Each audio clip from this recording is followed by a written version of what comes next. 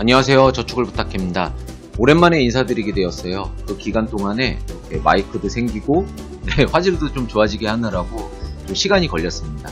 이제부터 자주 찾아뵐 테니까 많이 시청 바랍니다. 오늘은 오픈 채팅으로 문의를 주셨어요. 소비 패턴, 내가 지금 소비를 하고 있는데 잘하고 있는지 점검받고 싶고 기타 줄여야 될 지출이 있는지 궁금하다고 해주셨습니다. 이분에 대한 내용을 통해서 누구나 다 그런 계획들을 세우시잖아요. 가계부도 써보고 지출을 파악을 또 해보고 저축은 또 어떻게 하고 돈은 어떻게 모아야 될지 계획들을 세우실 텐데 제가 이런 분석들을 해드리면 참 좋겠다라고 생각해서 영상을 제작하게 되었습니다. 먼저 이분 사연부터 한번 들어볼까요? 20대 후반의 남성이시고 아직 결혼은 하지 않으셨어요. 월급은 220만원 정도 되고 현재 동생과 자취를 하고 있고 그래서 공동 지출이 나가고 있습니다. 또 회사에서 지원이 나오는 회사 지출이 또 나가고 있으세요. 그리고 저한테 한 달 동안 쓴 지출 내역을 보내주셨어요. 그래서 그 지출 내역을 파악해 보면서 어떻게 분석하면 되는지 한번 이야기를 나누도록 하겠습니다. 직접 엑셀을 만드셨고요. 이런 식으로 분석표 이렇게 만들고 있고 한 달 지출 내역을 이렇게 보내주셨습니다. 그래서 계좌 이체를 했는지 현금으로 썼는지 카드를 썼는지 그리고 공동으로 지출한 건지 개인적으로 지출한 건지 회사에서 지출을 하게 된 건지 또 그 내역은 어떤 내역인지 이렇게 보내주셨고요. 이 노란색 표시된 건 뭐냐면 그 저축을 하거나 빚을 상환하거나 또 이분 또 특이하게 어차피 써야 될 지출이라면 이제 91,000원으로 결제를 해서 10만원을 지출을 하는 거죠. 굉장히 합리적으로 하고 있죠. 이런 내역들을 하고 있었어요. 그러면 이 지출들이 이거에 다 포함이 되는 거니까 이런 부분들은 다 뺐고요. 지출 내역을 한번 쭉 보니까 10,000원 넘는 게 별로 없어요. 이건 굉장히 꼼꼼하게 잘하고 있으신 거고 돈을 진짜 안 쓰겠다. 그만큼 저축을 많이 하겠다라는 그런 걸 반증을 하는 거겠죠. 그래서 대단하다라는 생각을 좀 하게 됐습니다. 지출 내역을 좀 꼼꼼하게 보면서 10,000원 이상 되는 게 어떤 건지를 봤는데 교통비 당연한 거고요. 경조사비 안 할 수 없는 거고 통신비 당연한 거고 교통비 나가는 거 당연한 거고요. 지방으로 교통비 낸 건데 뭐 합리적이고 당연한 거죠. 보양을 어떻게 한 거예요. 현금 뽑아가지고 현금 지출할 일도 있잖아요. 그런 부분들 당연한 거고 피자 먹은 거? 이거 회사 식비로 나간 겁니다. 그러면 이거는 내가 나간 게 아니라고 봐야 되겠죠. 전기세 적정하고 당연한 거고 뭐 이런 것들 뭐 공동관리비로 나간 거니까 당연한 거겠죠. 장 보는 거 당연한 거고 택시 타셔가지고 딱 봤는데 그것도 회사 비용으로 쓰신 거예요. 핸드폰 케이스 살 수 있죠. 10만원 나간 거 딱 봐서 이상하다라고 봤더니 이거 회사에서 회식한 겁니다. 그 야시장에서 쓴 것도 마찬가지로 회사에서 쓴 돈이에요. 기출문제집 산 건데 이것도 회사에서 돈이 따로 나오는 겁니다.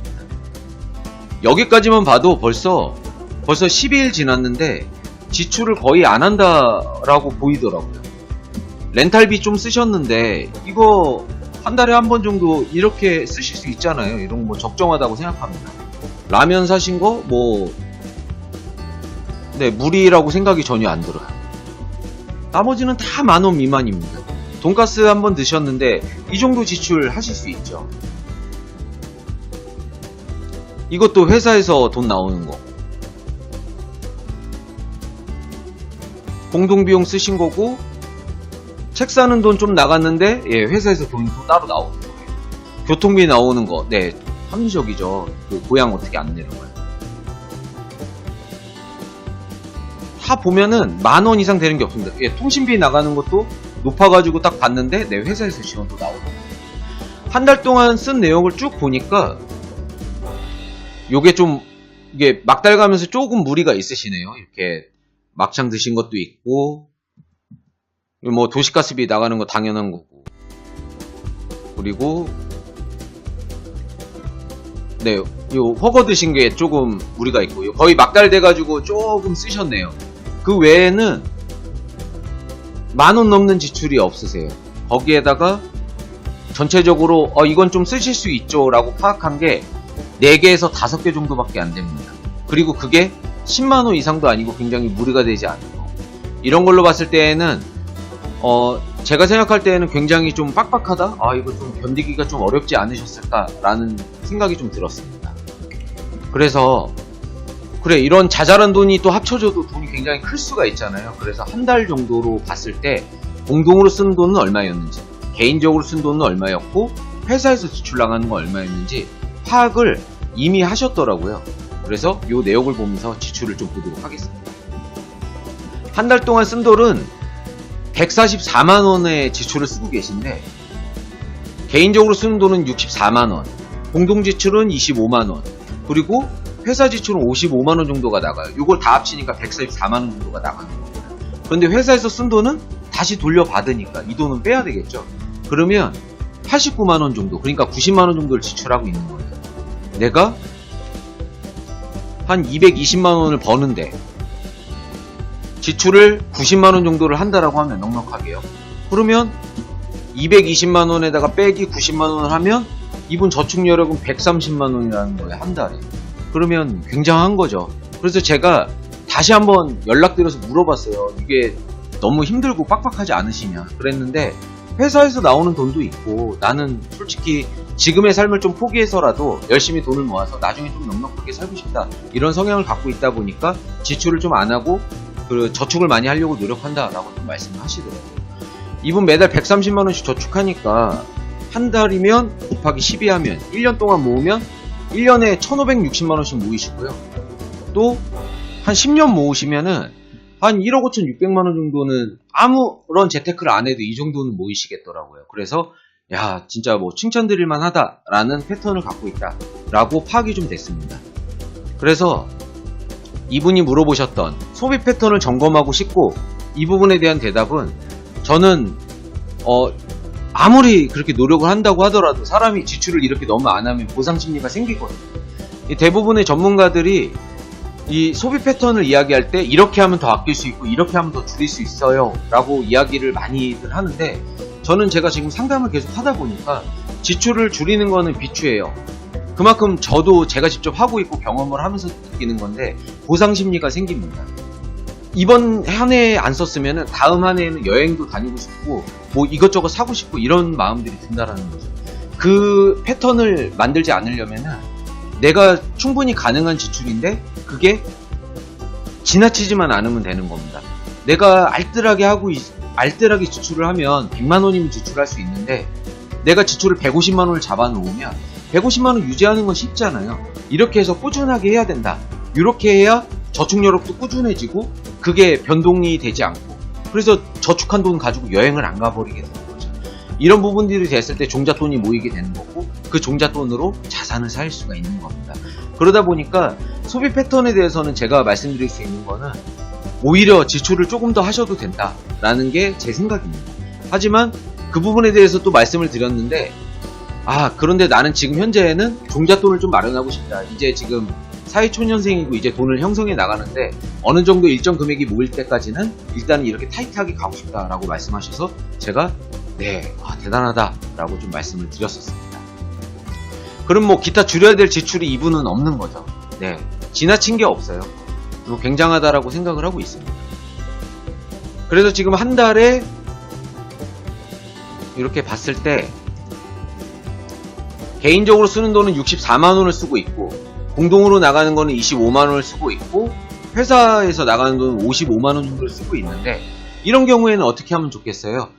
선납으로 해서 통장에다가 100만원 정도를 채워놓고 회사에서 55만원 나갈지 60만원 나갈지 70만원 나갈지 모르잖아요. 그러니까 넉넉하게 100만원 정도를 내 돈을 채워놓고 선납을 해놓고 지출을 하고, 그리고 회사에서 결제가 되면은 다시 그 돈이 채워지고, 이런 식으로 회사비는 따로 운용을 하고요.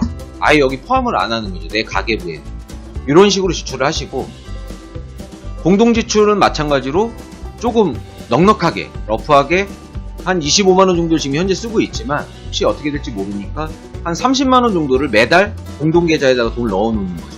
또한 그 상대 쪽, 동생 쪽에서도 공동지출을 어느 정도 부담을 한다라고 하면 그 비용을 여기다가 채워놓고, 그래서 이번 달엔 또 돈이 남을 수도 있고 또 안 남을 수도 있겠지만, 돈이 만약에 남는다라고 하면 그러면 놔뒀다가 뭐 이렇게 여름에 에어컨비 많이 나오면 그때 좀 충당이 될 수 있게끔 이렇게 계좌를 따로 분리하면 좋을 것 같아요. 그럼 남는 돈이 내가 쓰는 돈 64만원 정도가 되는 건데, 이 돈에서도 이렇게 따로 분류가 될 거예요. 분류별로 딱 봤을 때 식비가 16만원, 간식비가 이렇게 얼마 나가고, 교통비가 얼마 나가고, 통신비가 얼마 나가고, 이런 돈들이 있을 텐데, 여기에서 내가 통제가 가능한 금액이 있죠. 예를 들면 이런 겁니다. 식비 같은 거. 내가 밥을 꼭 먹긴 먹어야 되지만 안 먹을 수 있는 거잖아요. 이런 돈들의 합을 계산을 해보는 겁니다. 경조사는 여기 포함이 안 되죠. 이건 어떻게 될지 모르는 돈이니까. 이 돈은 따로 분리가 되는 거고, 취미나 식비나 간식비나 뭐 교통비나 이런 돈들은 따로 이렇게 합쳐 놓는 겁니다. 이렇게 계산을 해보면 경조사가 빠질 거고요. 그리고